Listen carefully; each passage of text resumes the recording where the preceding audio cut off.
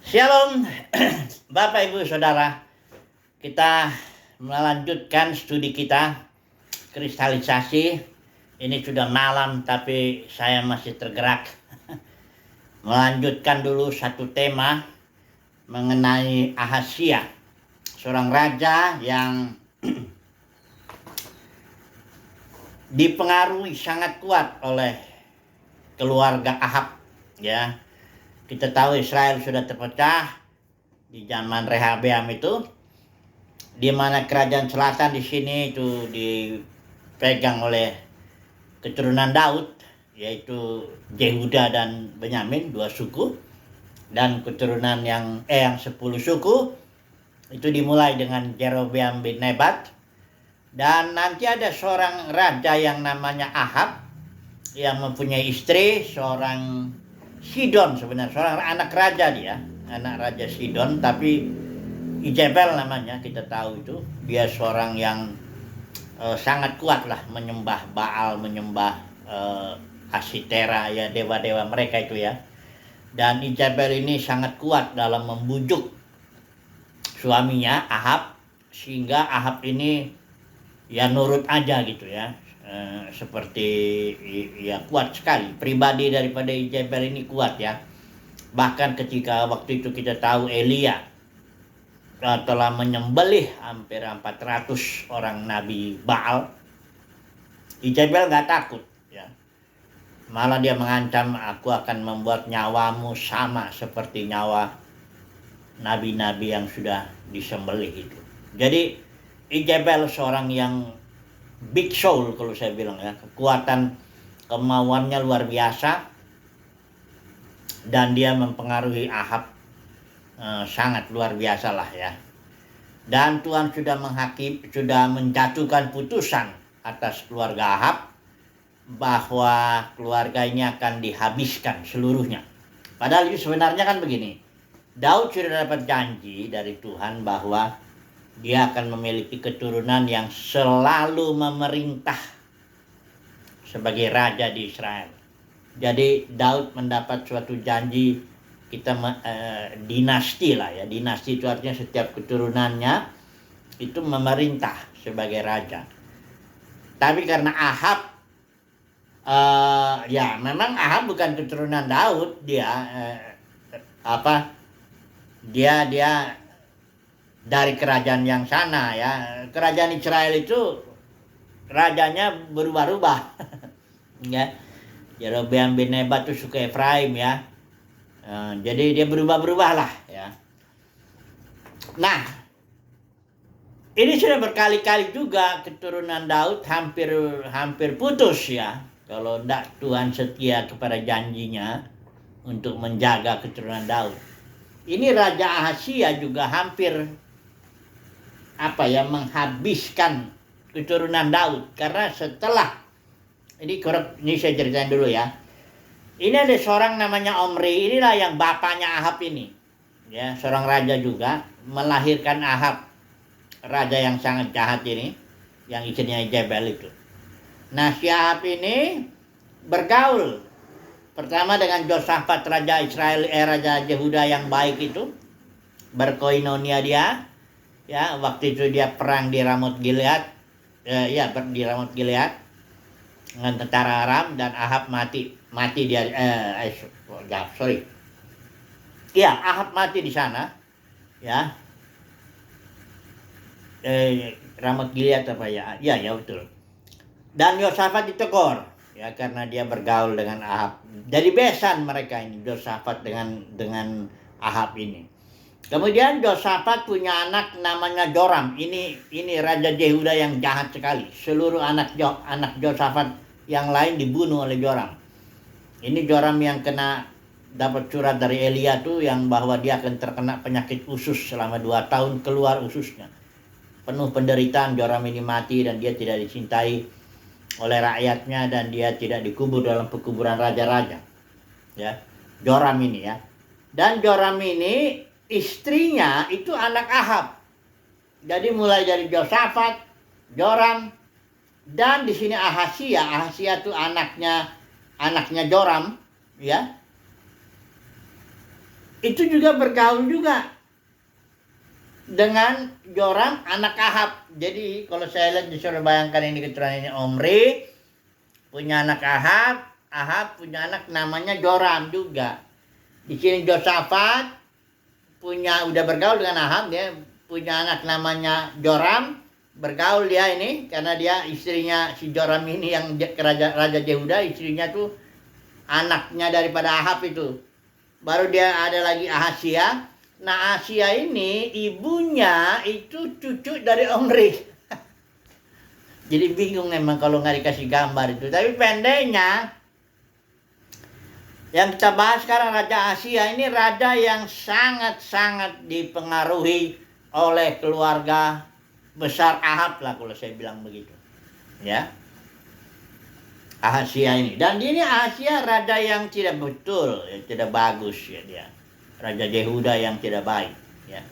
Karena udah bergaul dengan keluarga Ahab yang menyembah berhala begitu ya. Nah, sudah ditetapkan Tuhan bahwa Yehu, ini ada seorang yang namanya Yehu ya, itu menjalankan penghakiman untuk keluarga Ahab untuk menghabiskan seluruh keturunan Ahab ya. Nah, ketika itu karena Ahasia ini ya, raja yang jahat ini, Raja Yehuda ini bergaul dengan Joram itu anak Ahab, akhirnya ketika Yehu menghabisi keluarga Ahab, ini Ahasia kena juga, mati juga dia. Terkena penghakiman keluarga Ahab. Karena bergaul, berkoinonia, berfellowship dia dengan keluarga Ahab ya. Jadi kalau saya ambil simpulan sementara, persekutuan atau fellowship atau koinonia kita dengan seseorang yang kalau orang itu memang Tuhan mau mendatangkan penghakiman atas orang atau atas satu kelompok tertentu, kita akan ikut kena. Contohnya Saul yang paling jelas itu. Saul ini sudah jelas ditolak menjadi raja dan Tuhan sudah memindahkan itu. Kerajaan Saul pindah kepada Daud. Jonathan tahu itu. Anak Saul, anak Raja Saul, Jonathan namanya, dia tahu bahwa kerajaan bapaknya itu sudah tidak disertai Tuhan lagi dan akan diserahkan kepada Daud. Dan Jonathan sudah mengadakan perjanjian dengan Daud.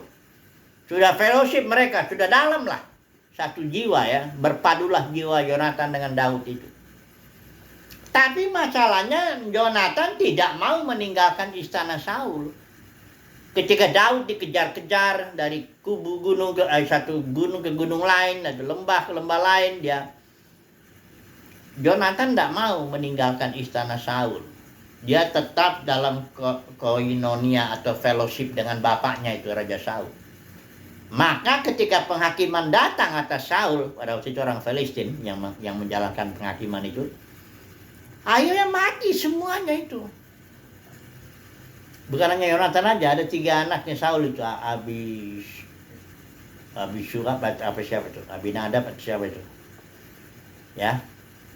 Jadi bahayanya daripada fellowship ini atau koinonia dengan seseorang atau satu komunitas yang memang Tuhan mau mendatangkan penghakiman ke sana, kita jadi ikut kena. Nah, ini dia yang harus kita pahami ini.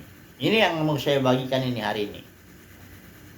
Bahwa fellowship kita dengan seseorang atau dengan satu komunitas, nasib kita sama jadinya dengan nasib itu itu komunitas itu. Ya kalau komunitasnya baik, kita jadi ikut baik. Kalau dia komunitasnya mau dihakimi Tuhan, terkena penghakiman Tuhan, ya kita yang berfellowship dengan itu ikut juga kena. Ini saya beri contoh sesuatu yang baik ini. Ini ada ceritanya panjang itu ya. Nabi tua dengan Abdi Elohim itu yang, jadi waktu itu kerajaan itu kan Salomo jatuh dalam penyembahan berhala, maka ini anaknya Rehabeam ini pecahlah kerajaan jadi Jerobeam 10 suku, Rehabeam 2 suku. Ya. Ya, Jerobeam ini kan kita tahu membuat ibadah yang baru. Dia bikin 2 anak lembu emas, ya. Satu taruh di kota Dan, satu taruh di kota Betel. Dia bikin mesbahnya, dia tahbiskan imam-imamnya, dia bikin hari rayanya. Pendeknya dia bikin ibadah yang baru. Itu si Jerobeam bin Nebat dari suku Efraim itu. Nah, di situ di Samaria itu ada seorang nabi tua. Nabi tua ini bukan usianya yang dimaksud, tapi yang dimaksud tua itu tadinya dia dipakai Tuhan, sekarang tidak lagi karena terpengaruh oleh penyembahan berhalanya si Jerobeam bin Nebat ini. Ya. Kemudian Tuhan mengutus seorang abdi Elohim dari Yehuda ini datang ke sana, ke Samaria itu, ke Betel ya, ke Betel untuk bernubuat di sana. Si abdi Elohim ini bilang, ini pokoknya ada saatnya nanti seorang raja namanya Yosia, disebut bahkan namanya, akan menajiskan semuanya ini ya. Mesbah ini juga akan orang-orang yang menyembah berhala di sini akan dinajiskan ya. Mesbah ini akan disembelih imam-imam yang mempersembahkan korban di mesbah ini ya. Itu pokoknya nubuatnya mengerikan sekali lah ya. Dan di situ nabi tua itu dengar, anak-anaknya nyampein. Nabi tua itu bilang ini nubuatnya benar. Dan karenanya si nabi tua ini berusaha bagaimana supaya saya berfellowship dengan abdi Elohim itu.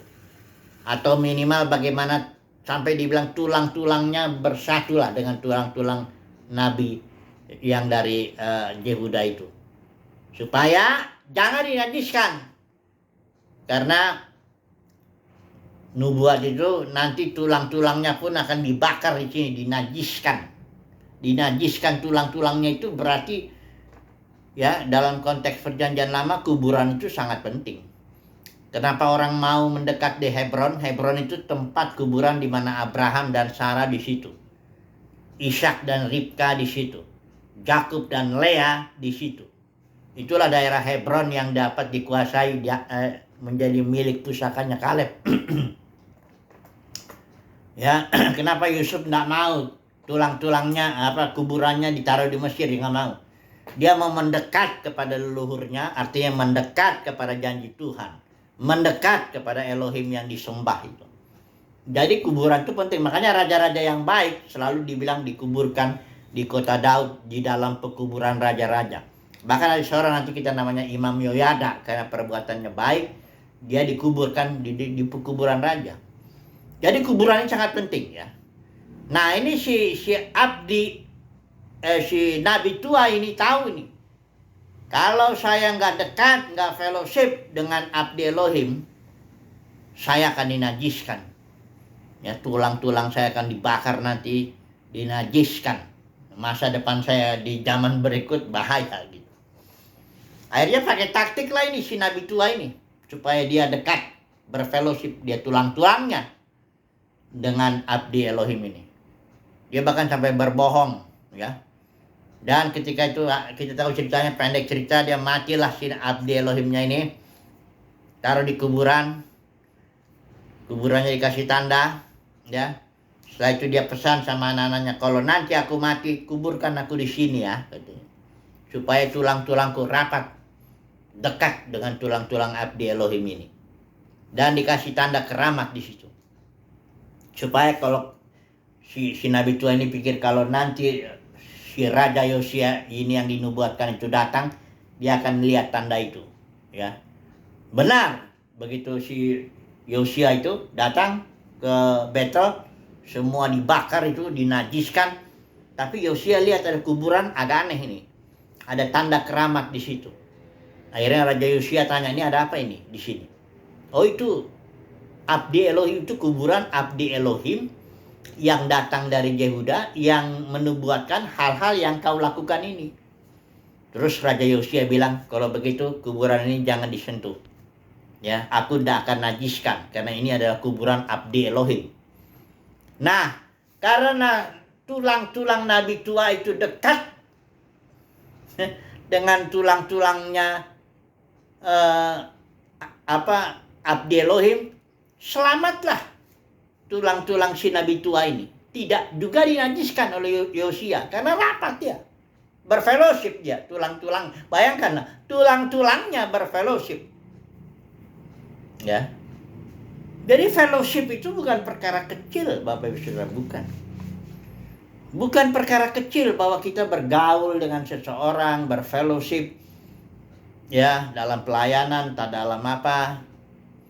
Contohnya Salomo kan kita udah lihat ya. Bagi pemuda-pemudi lah ya, bagi pemuda-pemudi. Sangat penting untuk mendapatkan teman hidup yang memang dari Tuhan. Karena itu nanti akan ketemu fellowship seumur hidup. Ya. Kalau nanti seorang pria misalnya ditetapkan Tuhan jalannya ke kanan, bertemu dengan seorang gadis yang ditetapkan Tuhan juga jalannya ke kiri. Tidak sepadan dia ini, tapi barangkali sudah jatuh cinta atau apa, jadilah dia menikah. Menikah itu kayak gini, ini kaki dua begini, yang satu diikat. Jadi jalan, ada perlombaan dulu, beberapa budaya ya, perlombaan lari, 2 orang, tapi yang satu orang kakinya diikat. Jadi dia dibutuhkan kesamaan gerak, ya, dibutuhkan ya kan kesamaan gerak. Kalau satu lebih cepat, jatuh dia, ya. Jadi ini bukan soal harus adu cepat, bukan. Yang diuji itu adu apa ya, keserasian gerak. Nah, gitu. Menikah itu kayak begitu. Suami istri diikat kakinya di sini, satu. Nah, kalau ini takdirnya, katakan begitulah ya, si laki-laki arahnya ke sini, si perempuan arahnya ke sini, terus disatukan dengan fellowship kakinya diikat, saudara sudah bisa bayangkan. Dan itu bisa berlangsung seumur hidup. Penderitaannya susah, panjang itu.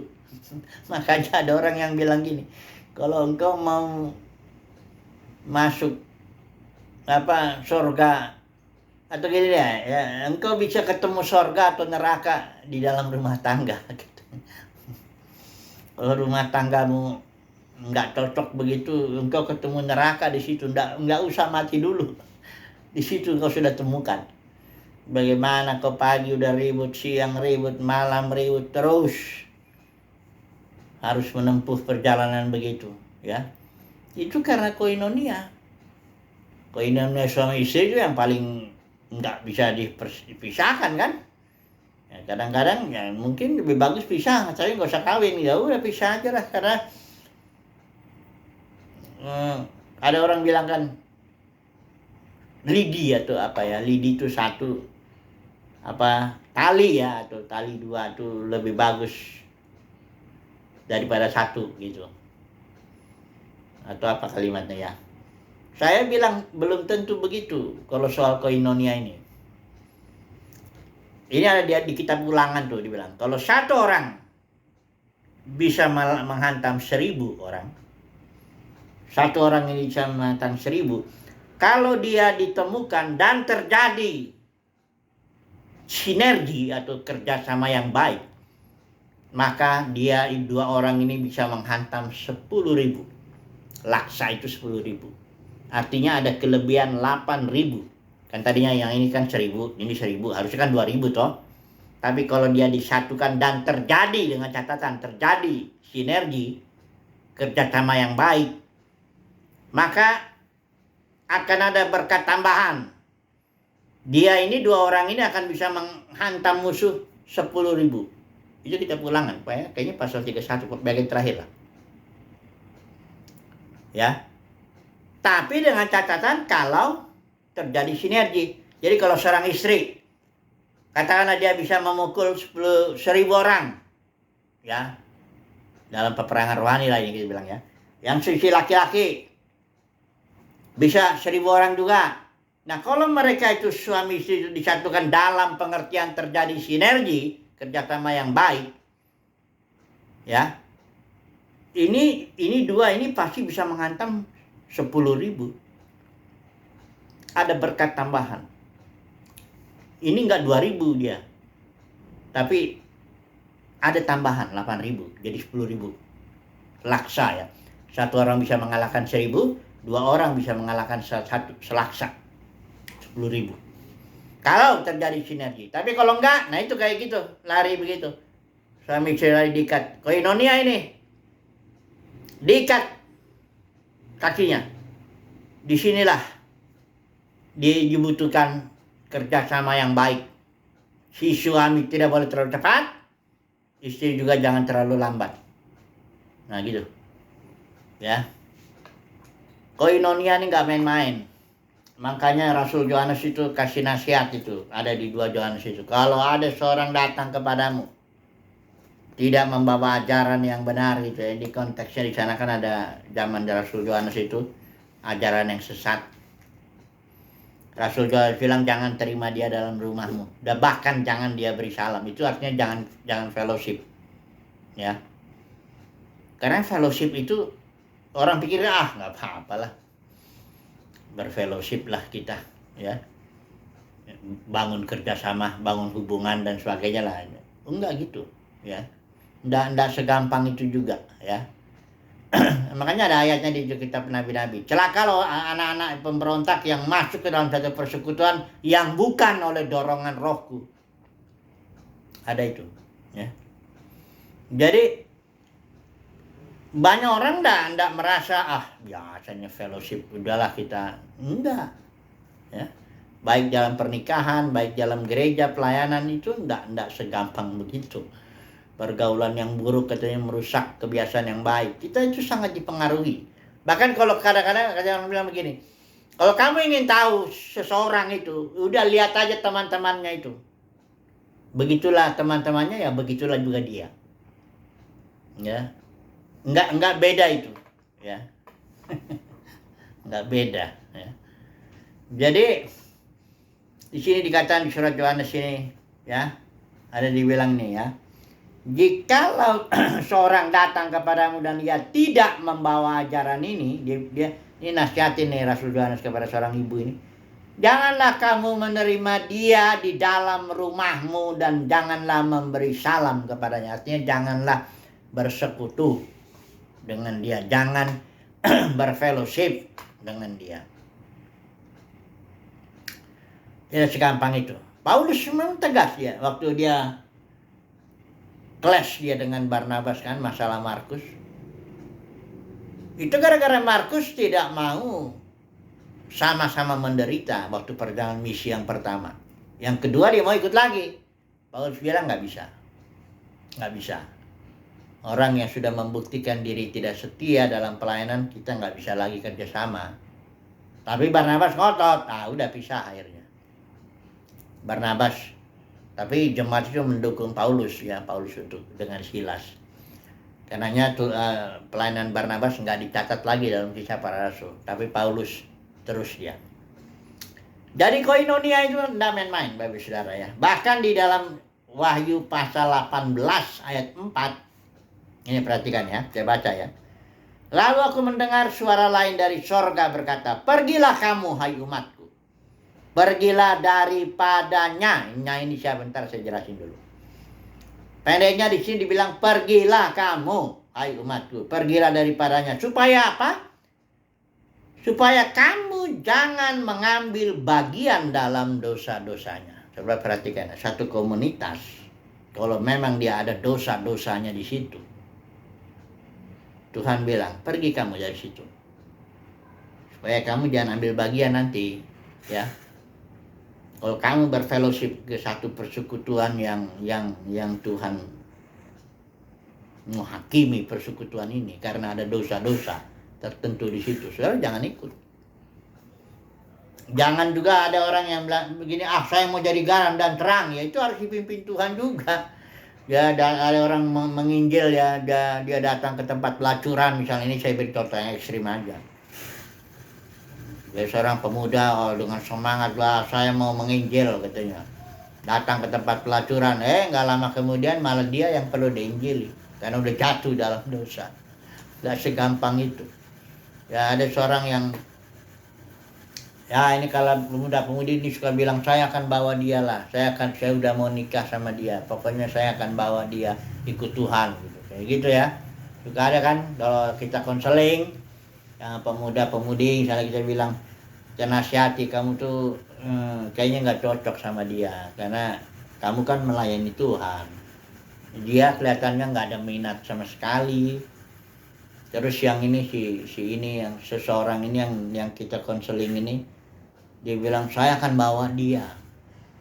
Nah itu ada seorang hamba Tuhan pernah coba akhirnya dibilang gini, oke lah, saya duduk apa ya, kamu diri di atas meja ini, saya di sini di bawah di lantai, kita pegang tangan gini ya, nanti kamu tolong tarik saya naik ke atas meja, saya juga akan coba turunin kamu, siapa yang lebih mudah. Ya si perempuan yang itu contohnya, ini kasusnya perempuan yang mau bawa laki-laki itu katanya.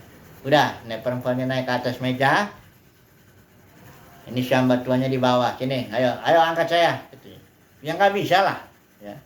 Si perempuan ini angkat nggak gampang kan, ngangkat dari bawah ke atas itu kan berat. Tapi kalau narik dari bawah ditarik itu si perempuan ini dari atas ke bawah itu gampang sekali. Jadi dinasihatin lah, itulah dia. Kalau kamu mau bawa dia itu sangat sulit, ya. Tapi kalau dia bawa kamu itu gampang, karena kamu posisinya ada di atas. Ya. Jadi, atau gini lah, air bersih dengan air kotor, setengah air bersih, setengah air kotor. Kalau di fellowshipkan, jadi apa dia? Apa jadi air bersih? Enggak. Jadinya air kotor. Memang enggak sekotor yang pertama, tapi tetap namanya air kotor. Kalau setengah ini gelas, bayangin aja deh, setengah gelas itu bersih, ini setengah gelas kotor dicampur, jadinya air kotor. Cuma tidak sekotor yang semula, tapi tetap air kotor. Jadi jangan main-main lah dengan fellowship ya. Banyak nasihat itu ya. Kalau mau masuk berfellowship dengan seseorang, dengan komunitas, ini dalam kasus ini nih, Wahyu 18 ayat 4 itu gereja itu apa tuh? Gereja yang sudah, komunitas yang sudah rusak oleh 3 ajaran palsu ini, Jabel, Biliam, Nikolaus. Di Jabel itu ada orang-orang di sana, para pemimpinnya merampas otoritas Yesus. Dia mendirikan hierarki, dia bilang saya di sini pemimpin. Merampas otoritas Yesus dia atas gerejanya. Yang kedua, Nikolaus menaklukkan kaum awam, dia banyak ajarkan tudung rohani lah, penundukan diri yang palsu lah. Pendeknya dia taklukkanlah kaum awam, ini saya ini suku Lewi, kau bayar per bulan ke sini dan sebagainya. Kemudian dagang lagi juga. Ya. Ini kalau komunitas sudah begini, keluarlah dari situ. Keluar ya. Karena supaya jangan kita ambil bagian dalam penghakiman, nanti yang kena itu dia kena, kita ikut kena. Ya, ini apa ya artinya, peringatan lah ini kasus daripada Raja Ahazia ini. Kenapa Ahazia ini mati dibunuh oleh Yehu? Padahal Yehu itu sebenarnya diurapi untuk membunuh, menghabisi, dalam arti menghakimi keluarga Ahab. Yehu enggak disuruh, enggak diurapi untuk menghantam keluarga Yehuda. Itu keturunan Daud enggak masuk bagian. Tapi karena si Ahazia ini bergaul dengan keluarga Ahab, akhirnya kena dia, mati dia. Ya. Ini peringatan lah ya bagi kita. Semoga kesimpulannya jadi bagaimana? Kesimpulannya kalau berkoinonia ya dengan orang-orang yang dipimpin Tuhan lah kita lah ya. Baik itu kalau muda-mudi soal pernikahan, tapi kalau soal pelayanan ya juga harus kita yang satu apalah, yang dipimpin Tuhan lah, kira-kira begitulah. Haleluya, amin.